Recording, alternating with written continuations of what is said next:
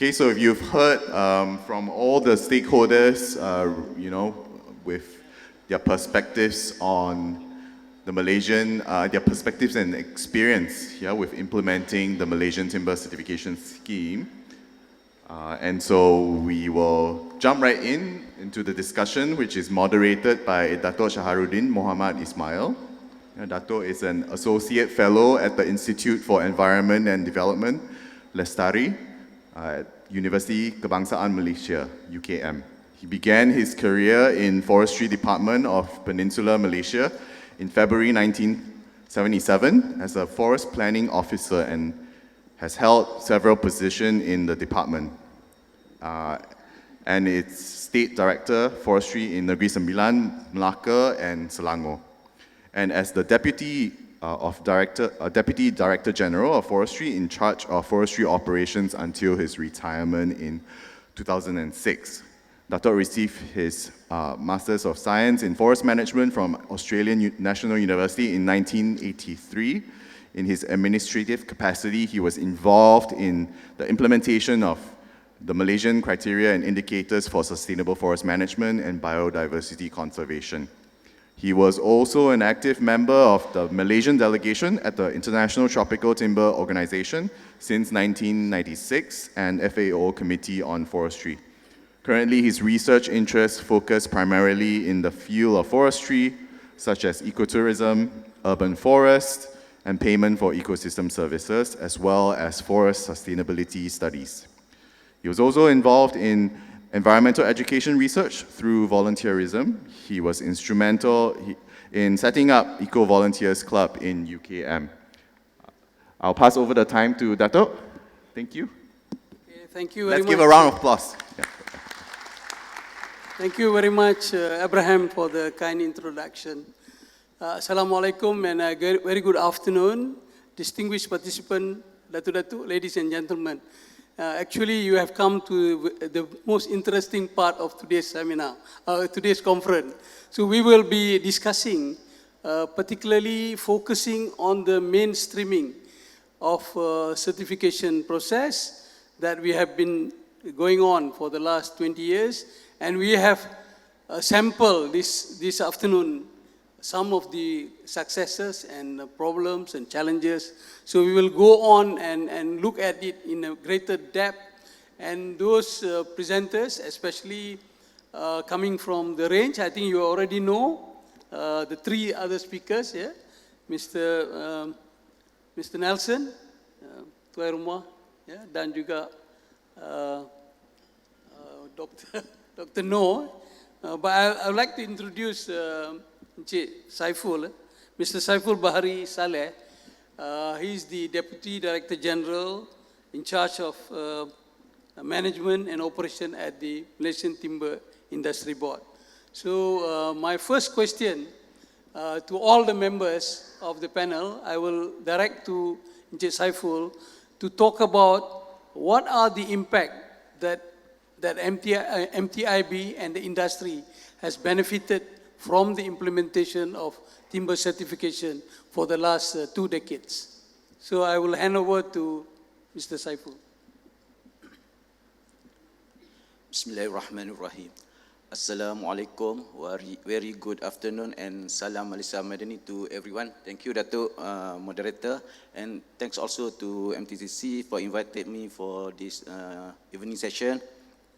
Before I answer the question, please allow me to introduce MTIB. So a brief on MTIB, maybe some of the participants don't know about MTIB.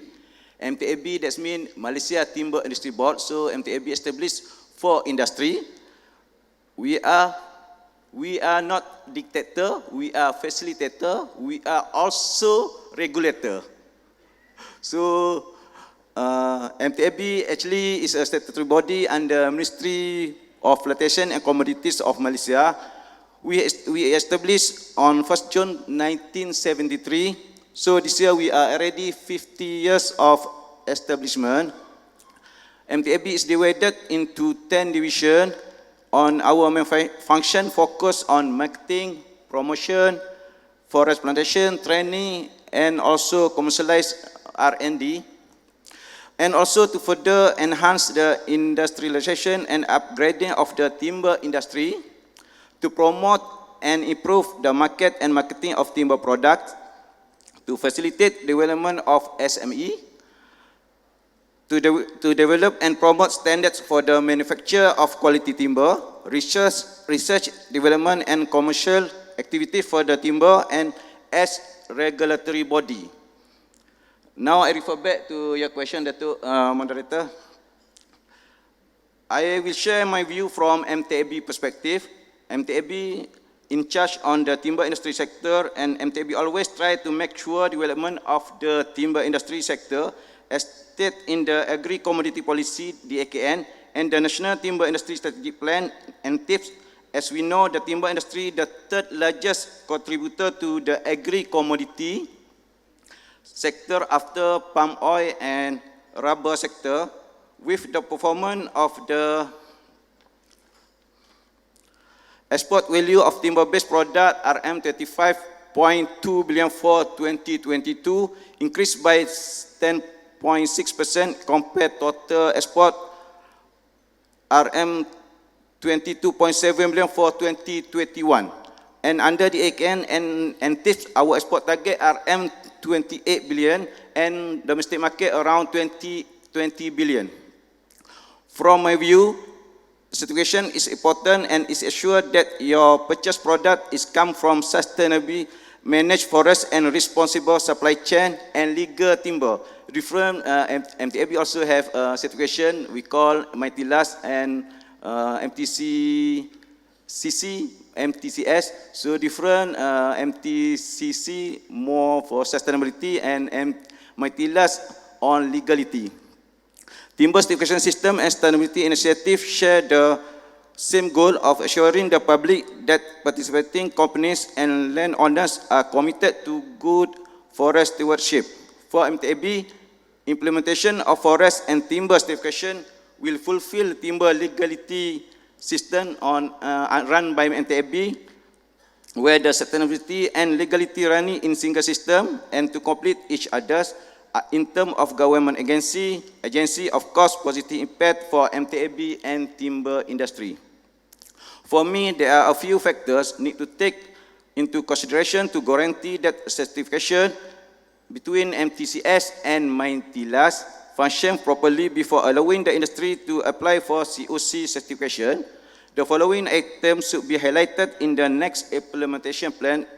Firstly, by implementing comprehensive promotion and awareness program at all levels of industry players regarding the importance of this certification, sustainability and legality, with the commitment of loggers, processors, suppliers, traders, exporters, importers, and users of timber products. Secondly, can be considered to implement mandatory requirement for COC certification for every timber companies, especially companies under Forest Plantation Development Program run by Forest Plantation Development Sdn Bhd. To date, there are more than 100 companies with total area more than 130,000 hectares receive soft loan from MTAB through Forest Plantation Development Program. My third point is the MTAB will considering to continue the certification scheme assistance initiative through the Timber Industry Development Fund, and I believe that this Volume 2 program, if happen, will make certification even more widespread. And last but not least, the implementation of COC certification can be considered as mandatory requirement implemented in phase by phase for all levels for industry players, both of export orientation and local manufacturing. However, the industry must be ready first and need to adapt of new policy introduced. That's all from me, Datuk. Okay, thank you very much, Mr. Saiful.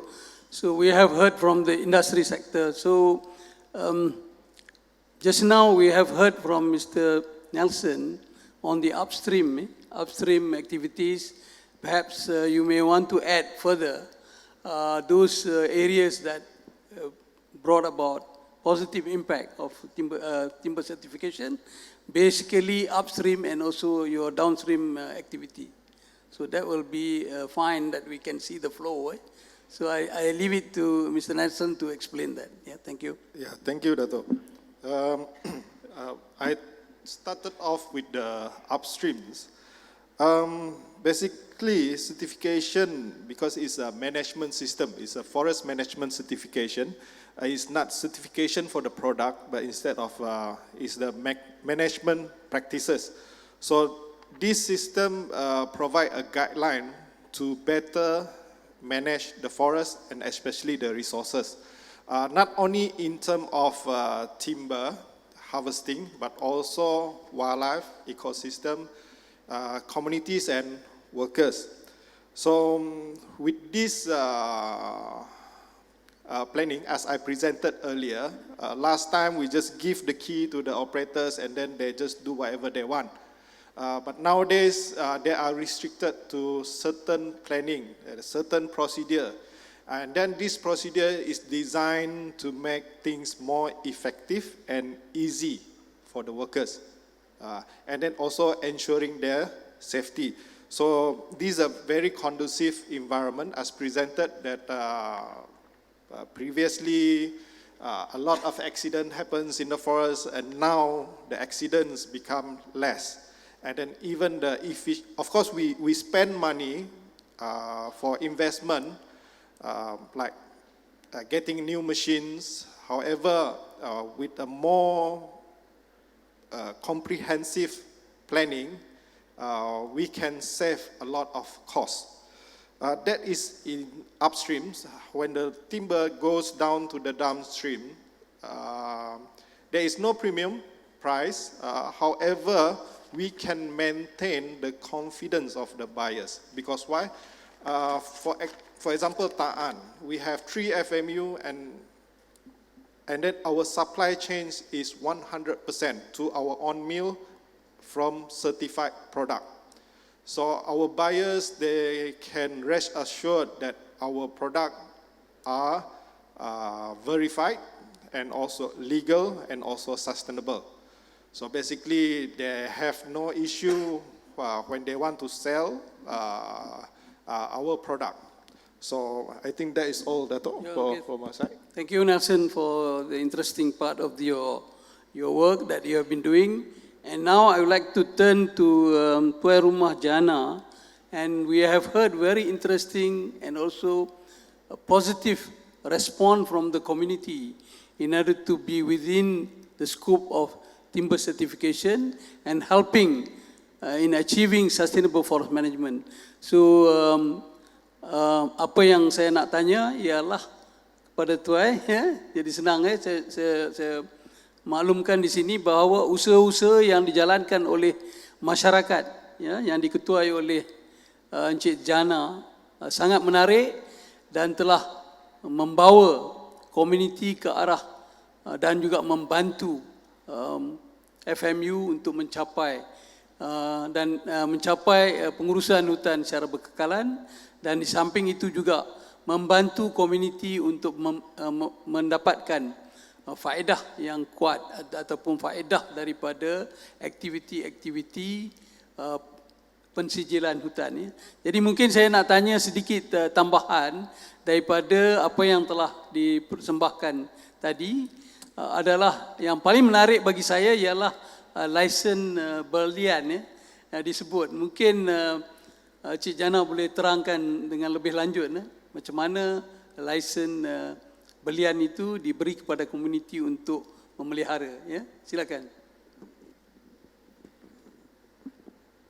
Halo. Okey, selamat petang, Dato'. Terima kasih kepada soalan yang diajukan kepada saya. Jadi untuk pertanyaan ini saya lebih menjelaskan aktiviti komuniti. So, kami komuniti Anak Muput sangat beruntung kerana dalam FMU di Sarawak tak ada satu pun FMU yang membenarkan 2 lesen dalam satu area. Jadi kami Anak Muput telah memohon kepada Jabatan Hutan untuk kita mohon lesen belian diberi kepada Anak Muput komuniti.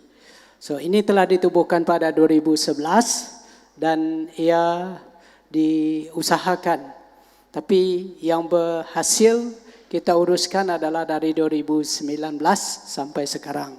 So income untuk komuniti sangat beruntung. Jadi cara pengurusan dia, kita kena ikut konsep SFM. Walaupun kita dalam 2 lesen, 1 FMU 2 lesen ya Datuk. Tapi kita kena ikut konsep SFM. Jadi kami komuniti yang mengerjakan belian tadi, hasil pemotongan kayu belian akan dijual kepada kontraktor. Kontraktor akan bayar cukai kepada kita. Itu untuk dana. Tapi cara bekerja, bagaimana kita bekerja? So, peluang utama diberi kepada komuniti setempat. Di mana peluang ini boleh mendapatkan manfaat dan faedah kepada komuniti dengan adanya lesen belian. Komuniti dapat memotong kayu belian, dijual dan boleh mendapatkan income dia orang sendiri. Lebih-lebih untuk upgrade lah. Upgrade kehidupan penduduk di sekitar Anak Muput FMU. Okay, jadi cara kita kena cara manual lah. Sebab dalam FMU, kami komuniti dan mana-mana company ataupun shareholder, kalau blok sudah di close, contohnya KOP sekarang bekerja dalam KOP 16, contohlah. KOP sudah ditutup oleh Jabatan Hutan ataupun sudah di closing, kita tak dapat masuk. Jadi sekarang kita kena ikut di mana proses pembalakan FMU berada, di situlah, KOP itulah kita bekerja. Sebab kalau kita sudah tinggal, nanti KOP itu akan ditutup, jalannya tak dapat kita masuk sebab banyak aktiviti yang kita kena kawal lah. Kita kena menjaga SFM lah. Jadi komuniti perlu ikut peredaran blok. Sama ada apa di mana operasi harvesting, contohnya pihak JT harvesting KOP 16, kita bekerja di sana. Jadi setakat ini kami komuniti memotong kayu belian dengan manual lah. Kerja manual sebab tak dapat tarik. Mana dapat pihak JT dia bantu simpan tepi boleh. Tapi untuk tarik menggunakan jentera, sama ada excavator ataupun caterpillar lipan. Jadi itu tak dapat. Nah itu tak dapat. Sebab belian biasanya tumbuh di kawasan sungai. Di liling sungai ataupun di lembah-lembah yang rata. Kurang belian tumbuh di bahagian juram. Dia tak suka tumbuh di situ. Jadi kita kena kerja di kawasan yang rendah. Jadi kita kena cara manual lah. Cara manual, jadi puji Tuhan. Terima kasih juga. Setakat ini hasil pemotongan belian dari Anak Muput lah yang terbesar menyumbang dana kepada kami komuniti lah setakat ini. Okay, sangat menarik ya. Very interesting ya, because normally there will be no 2 license in one area, but this is a unique arrangement they have done to harvest only the belian and provide additional income to the community. So very exciting and very interesting approach that has been adopted by FMU Anak Muput to allow community to participate. So it's very interesting, and we can see that the development and the way communities are being helped to have a better living, a better condition, and so on. So it's a moving target. So you can continue to have innovative approach in addressing community needs and so on. So I would like now to allow Dr. Nur Hazwani, a very interesting approach. She is also in the NGO and also in the community. So it's a two hat. She's wearing 2 hats in addressing some of the community issues at the same time as an NGO trying to. So perhaps we would like to listen from Dr. Nur Hazwani how she managed to integrate between community and as well as NGO. How are you, apart from what you have presented, which is a very interesting approach and a new model that we can explore, but you can also explain in a detailed way so that everybody can listen. What are the mechanisms that allow you to be successful in your approach in involving community and NGOs work. Yeah, please, Dr. Noor.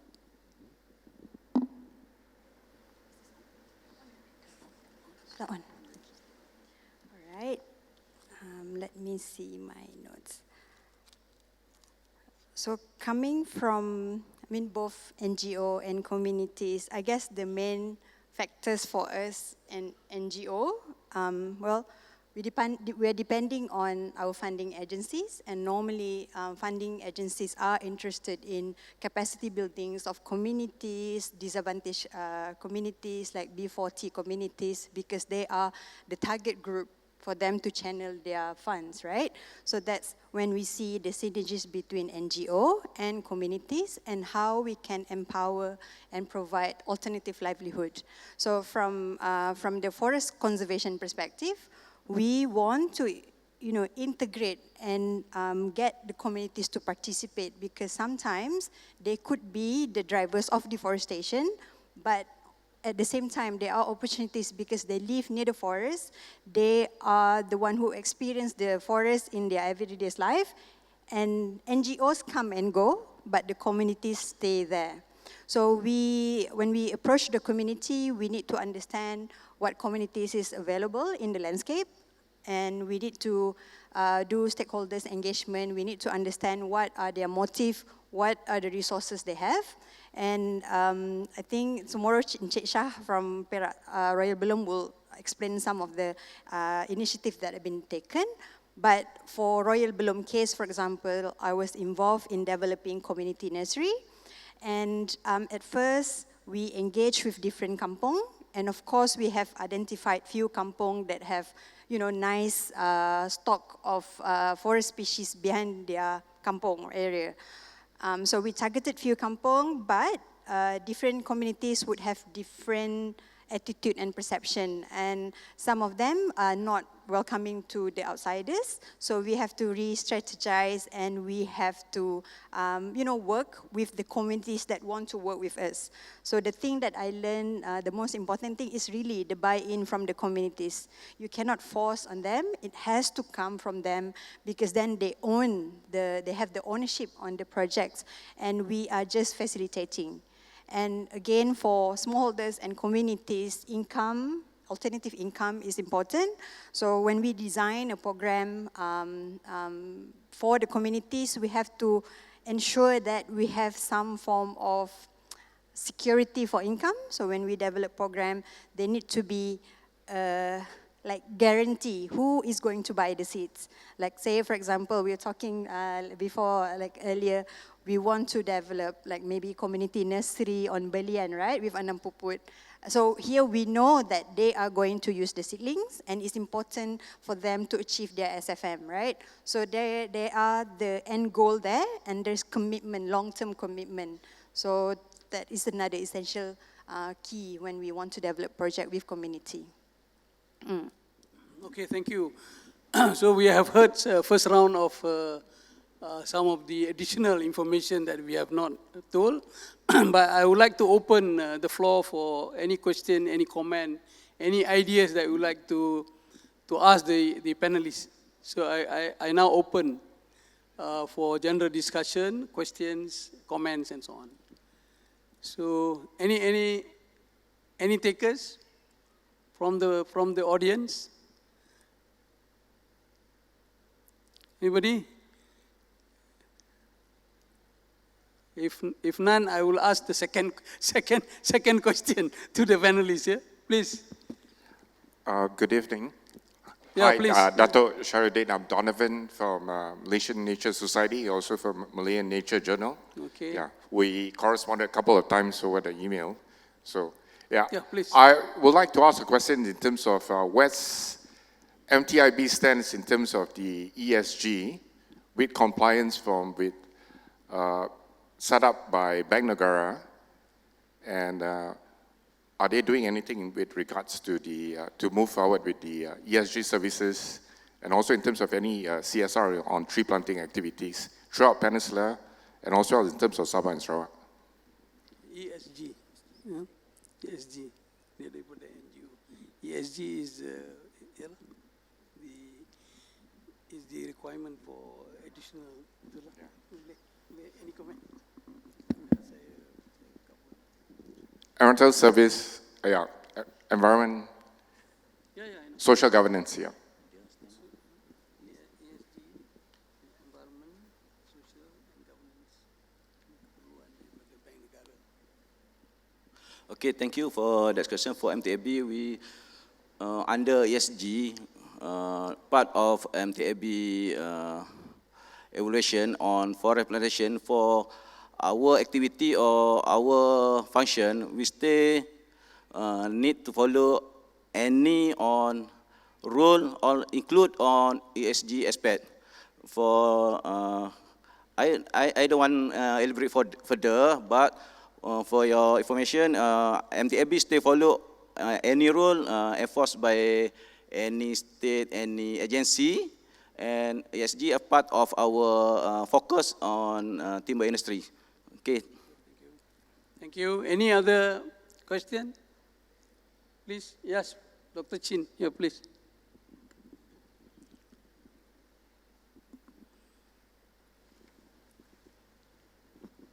Thank you. My name is Chin from Institute of Foresters, Malaysia. My question is we have seen this afternoon discussion that we are not getting the green premium, although we do all the certification. Can we share with us what strategies are you taking to ensure that those practicing forest certification are getting the green premium as necessary? That's the first question. The second question is, you see, the cutoff point for MTCS and PEFC is 2010 for forest certification of forest plantation. But plantation is still going on until now. How are you going to reconcile that to ensure that the forest plantation being established post-2010 are being certified? Or you are forcing them to migrate to the FSC, which their cutoff point is 2020. Can you share with us your views? Thank you. So, you would like to, or anybody? Mr. Nelson, would like to say anything on the question? Particularly green premium, strategies towards green premium. So far, we're talking about premium. There is, we don't know, we don't know what to expect from that. Whether we can get this green premium or what. But however, we're looking into seeking government assistance into perhaps in reducing the cost of operation for the industries. Maybe in terms of tax or grant. For example, it's a requirement under the certification that the FMU to collaborate with universities and other conservation agencies or research agencies. For now, Ta'an is taking up all the costs and expenses because we wanted to get certified. That is our main objective. But it would be good that if the government or agency that we can work together, perhaps can reduce some of this cost for the industry player. And then for the second question, perhaps I think the best person to answer this would be the MTCC Abraham. Not me, actually, Cik Sebi, but we can briefly talk about it. We actually had, for your information, we had a dialogue specifically to discuss this in October last year?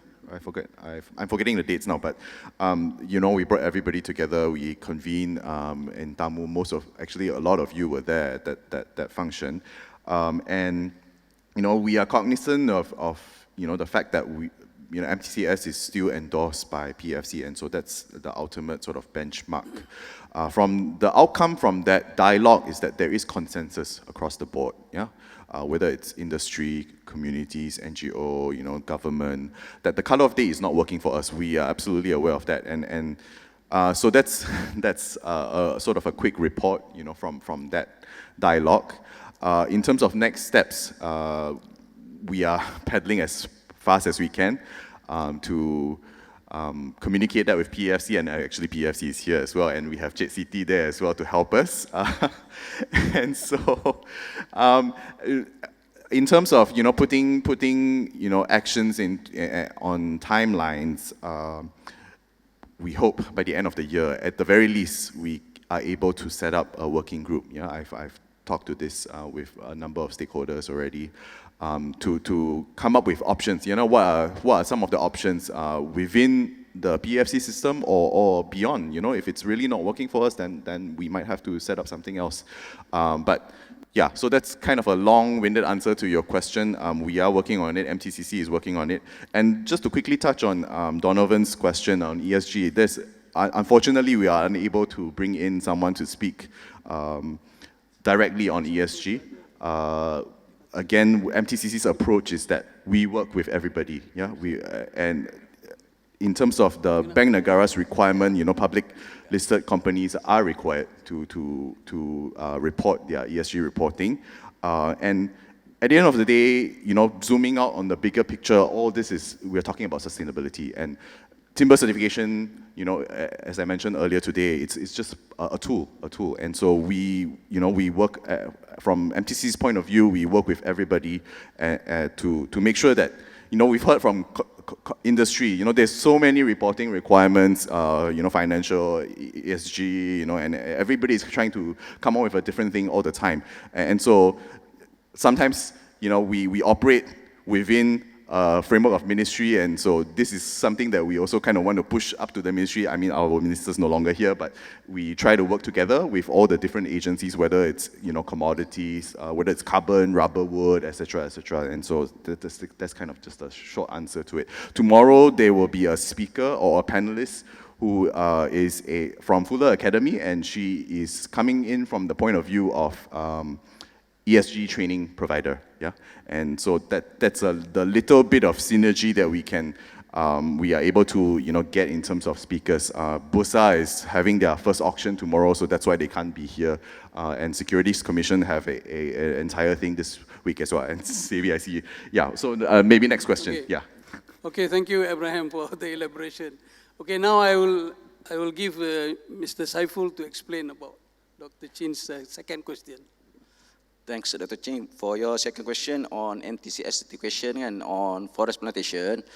As additional information, we still waiting on government decision, but for your information, MTFB and also MTC pursue to mandatory requirement for certification phase by phase, started with forest plantation development program under MTFB. To date, there are more 100 companies involving 130,000 hectare area for forest plantation program. Okay, Dato'. Okay, thank you. So I will start the next round of question to the panelists regarding basically challenges as well as enabling conditions. How are we going to accelerate timber certification in Malaysia through some are in the state, some are other FMU, and so on. And also the uptake of COC at the industry level. So we would like to have more industry to uptake on COC. So this round, I think I will go around one more round of elaboration from the panelists, starting with Cik Saiful. Thanks, Dato' Moderator. From the point of view challenges, as we know, there are certain challenges in the implementation of certification. Among the challenges is in providing awareness to the public about the importance of timber certification, both from producer of users of timber products. The other issue of the availability of the industry to adapt our certification, the cost issue that need to be paid, and the issue of compliance with the strict certification procedure. To overcome these challenges, synergize between agencies, especially on MITLAS by MTAB, MTCS, and by MTCC is one good way to overcome the challenges. I believe that synergize can produce a good and greater result compared with individual or single certification effect. To collaborate or generate synergy, we must see and understand the two systems between Maitilas and MTCS. There are many similarities between that. Almost all the principle and criteria are same. Only one principle is different, which is the 9 principle of MTCS, maintenance of high conservation value areas, and 6 principle of Maitilas, trade and custom. From the perspective of the scope of certification, if I'm not mistaken, MTCS SPM only includes permanent forest reserve and plantation forest. However, the scope of Maitilas certification include permanent forest reserve, plantation forest, state land, alienated land, imported timber, primary and secondary industry, and traders. Apart from that, the procedure in the chain of custody also has similarities with Maitilas. In terms of cost, Maitilas certificate based on each export segment is more cost effective. Regarding the premium price issue, raised also by exporter and also by previous speaker, MTCS or Maitilas does not guarantee a premium price. Price depending on market or contract between two parties, buyer and supplier. But we can find a way together to overcome that issues and increase confidence level by buyers. Just now I mentioned the two features, MTS and Maitilas. Now I put forward suggestion that can be considered at the ministry and the industry level as follows: extending MTCS certification to area of alienated land and state land. The auditing process, MTCS and Maitilas are done at the same time by certified independent auditors. Make sure that each implementing agency has a special body or unit in charge of auditing and verify. Set up observer body and advisor group. Set up stakeholder consultation session and training program for my MTS and Maitilas certification at least one a year. In the future, MTAB, MTCC can work together to make a single certification that cover both MTCS and Maitilas express if need. That's all from me. Thank you, Mr. Saiful. Maybe we will ask Mr. Nelson to see additional gaps and challenges that we are moving forward with timber certification. Okay, thank you, Dato'. Okay, just now in my presentation, I highlighted 3 issues. I think Madam Evelyn just now, she solved one of the issue. But for this session, I would like to highlight on the manpower. Manpower is very important. If you don't have people to work in the forest, then whatever system, whatever you want to do is impossible. So for graduates, I think that we need to make sure that our university is preparing our graduates to be able to work in the forest. I mean, the subjects and everything has to be in line based on the industrial needs. I think that is very important because when I interview a lot of fresh graduates, when we bring them up to Song, and then they look at the town, and then they ask us, you have phone line, you have communication? They say no. Then they just left like that. So these are the challenge. I think certification requirement, it will evolve to be more technical, more difficult, involve a lot of science. So we need a forester that able to help FMU at the same time to fast-pace certification process. I think that is all. Thank you very much for that.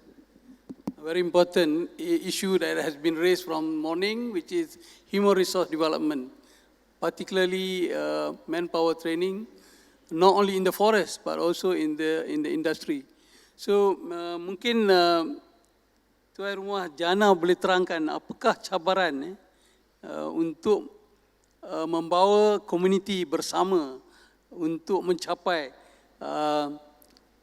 ke arah mencapai pengurusan hutan berkekalan ataupun lestari, bagaimana semua yang berlainan pemikiran dapat Cik Jana bawa sekali untuk mencapai. So what I'm asking is that how the complex community in his Anak Muput area indirectly saying that many minds, many people have different kind of requirement, but how as the chairman of Anak Muput community he was able to bring. So this is what I'm asking him, so that you boleh terangkan bagaimana cabaran untuk membawa ke arah satu pencapaian. Thank you. Okey, terima kasih Datuk. Jadi bagi kami Anak Muput, bagaimana hendak memujuk ataupun membawa komuniti ini kepada mengenalkan komuniti kepada konsep SFM, itu adalah perkara yang paling penting. Pertama, kita kena tubuhkan ahli jawatankuasa dalam kuasaan FMU. Lepas tu kita kena share, kita kena bercakap dan kita kena pergi ke kampung-kampung ataupun rumah-rumah panjang dan kita share apa konsep yang ada dalam SPM. Jadi melalui cara ini saya rasa komuniti setempat dia akan lebih faham. Selepas dia orang faham, kita baru boleh ikut di mana ada mesyuarat dalam pengurusan hutan oleh pihak FMU, kita komuniti mesti dapat hadir. Sebab kalau kita tak hadir, kita akan tinggal. Apabila kita tinggal dari message yang nak disampaikan oleh FMU, jadi komuniti itu tak dapat bekerjasama. Jadi bagi kami di Anak Muput, setiap kali ada mesyuarat ataupun ASDO Listen Committee meeting, kita kena panggil komuniti hadir. Kita kena panggil tuan rumah ataupun wakil, siapa yang boleh datang untuk mesyuarat perbincangan program atau pelaksanaan yang akan diadakan oleh FMU, kita tahu. Jadi ini adalah salah satu cara yang kita sangat-sangat penting untuk membawa saudara-saudara kita dalam FMU. Contohnya kami dalam Anak Muput, dia ada 38 buah rumah panjang. Dalam 38 buah rumah panjang, kami ada 3 kuasaan yang agak jauh. Beza ataupun jauh kalau kita hendak datang ke satu tempat. Jadi kami dalam ahli jawatankuasa kena buat satu program. Kita kena buat satu program ISKO ataupun ahli jawatankuasa bersama komuniti. So kita kena pergi ke kampung, contohnya bulan akhir tahun lepas kami sudah berdialog di kawasan Ulu Muka. Lepas tu nanti kita kena serapkan juga perkara ini pergi ke kawasan Ulu Anam. Lepas tu kita kena turun juga ke Muput. Sebab kalau kita tak pergi ke komuniti, diorang tak akan faham apa konsep SFM sebenarnya. Lebih-lebih lagi, apa faedah, manfaat yang kita akan dapat nanti kalau kita sokong konsep SFM ini. Contohnya dari kami Anak Muput, kita dapat belian lesen, satu yang kita handle. Lepas tu kita dapat dana dari pihak JT Sdn Bhd.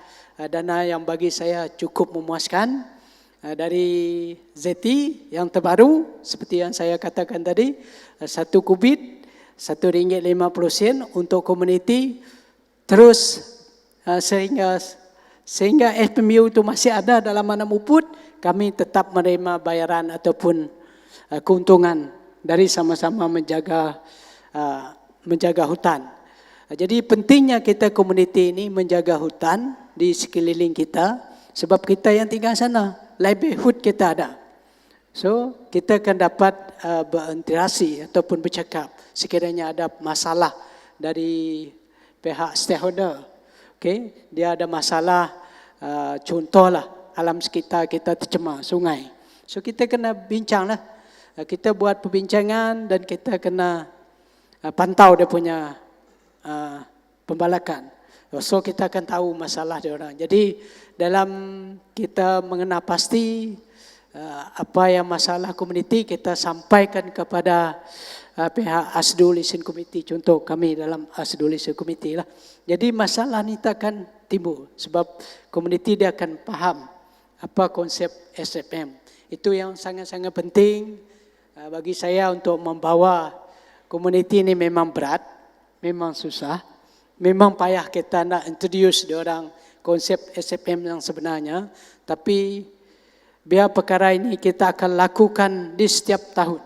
Kita kena sentiasa berhubung dengan pihak komuniti, bersama-sama mencari jalan apa pandangan dan pendapat yang paling baik, paling berkesan untuk kita bersama-sama dalam menjaga sustainable forest management ini. Jadi saya rasa Dato' itu yang penjelasan dari saya lah. Okay.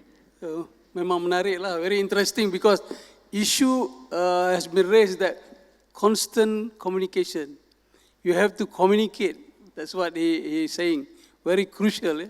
So I would like to go to Dr. Nur Hazwani, if you have any additional, while you were working not only as an NGO, as well as the community involvement in your project.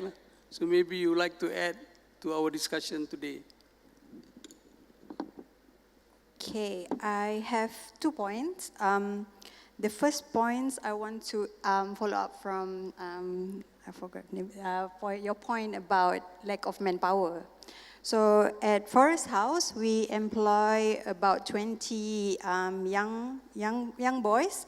They are, how do I say, they are not excellent in the traditional academic stream, but they have very good vocational skills. So they are being recruited from disadvantaged communities, and then they went through 9 months program to train all the way, like trees identification, seeds collection, how to manage trees in the nurseries. So it's an intense 9 months program. It was organized by an NGO called Landscape Malaysia. And by the end of the program, of course, some of them find out that that doesn't suit them, so they left. But we retained at least half of the boys that we trained, and they are now being employed at Forest House, and they step up, they take greater roles, and they keep doing conservation work and also ventured into landscaping work.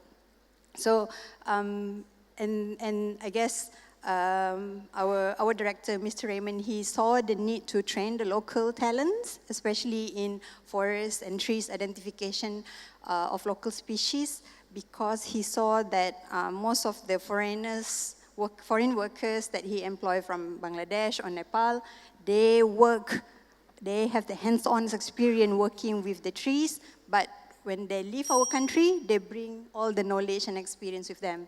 So that's why at Forest House, we want to do our conservation work and nurturing the young local talents, yeah? And second point, I have experience interviewing few communities regarding their perception on the use of forests and also the impact of logging. And when we talk about Principle 4 of Community Relation and Workers' Right, I found that the guidelines by MCNI have quite substantial grievance mechanism, but we found that there are communities that their voice are not heard. So some of the logging activities really impact their water supply. So that's the obvious. Of course, other livelihood like rotan and all other forest products are declining, but the most obvious impact is their water supply. They still rely on, just like water pipe getting from the air terjun or from the underground water. And so we went to the kampong, and so we saw that the villages really struggle to get good quality water, and that is impossible. Like Malaysia is, getting rich and wealthy, and yet we still have orang kampung not having good water supply. So I am thinking how we can at least give awareness and raise the capacity of the orang kampung to channel their grievance. Because when we look at the report, it's not translated in the MCNI report. Yeah. Okay, thank you. Thank you very much, Dr. No. I think we are running out of time, But still, I would like to read a question here. It was sent to me. What about from Mr. Lim Chung Liat from UPM? He said, how can we adapt the success model of Belian license by Anak Mumput as a Malaysia declared Merbau as a national timber? So maybe this one we will allow Jabatan Perhutanan, any forest department, Peninsula Malaysia to give an input rather than I answer the question. So anybody from Jabatan Perhutanan, Semenanjung Malaysia, would like to respond to this question? Nobody? It's okay? We will keep the question for them. Okay, I would like to open for one or two more response or question from the audience before I just make a quick summary of what we have been discussing today, particularly among the panel discussion. So any more questions? Dato', we have one question online. Yeah. So What is that? Tuai Rumah Jana mentioned that community, we need to promote this efforts in timber certification. So the question is, whose role should it be, to promote for the industry as a whole as well? Whose role, is it government or who plays what role? And that's the question. Yeah. Whose role is it to promote? Promote what? Certified timber products. Oh, okay. Is it specific question to? I think for the floor, there's no mention. Okay. Anybody want to respond to that? I think very simple. We have experienced a 20 years journey of timber certification in Malaysia. So we have gone through many as SFM as being the process. So we must always remember SFM is a process. So we are moving from one direction. This is what Dr. Frizala used to say. SFM is a process, so you move from one to the end. So while you are moving, you are constantly improving. As we have seen for the last 20 years and plus the presentation given this morning, we have seen a lot of improvement from one step to another step. From policy, there are changes in policy, updating of procedures on the ground, implementation on the ground. So these are moving from one step to another step. So what I would like to sum up straight away, since we have no time. Firstly, I would like to say that bringing from what Madam Sham from ITTO have mentioned about international issues and so on. What I've seen, whether FAO is talking, whether UNFF is talking, whether UNFCC is talking about, whether CBD talk about CBD, ITTO, and also CCD, any international, in fact, all international organizations, finally they ended up with sustainable management. They zoom into sustainable management, whether it is fishery, whether it is forestry and so on. So the fundamental, to me, to summarize, is that every aspect of the world, the global, is dependent on forest. So forest become the center. You solve for forest through SFM, then you are going to solve all other issues related to international decisions. Yeah?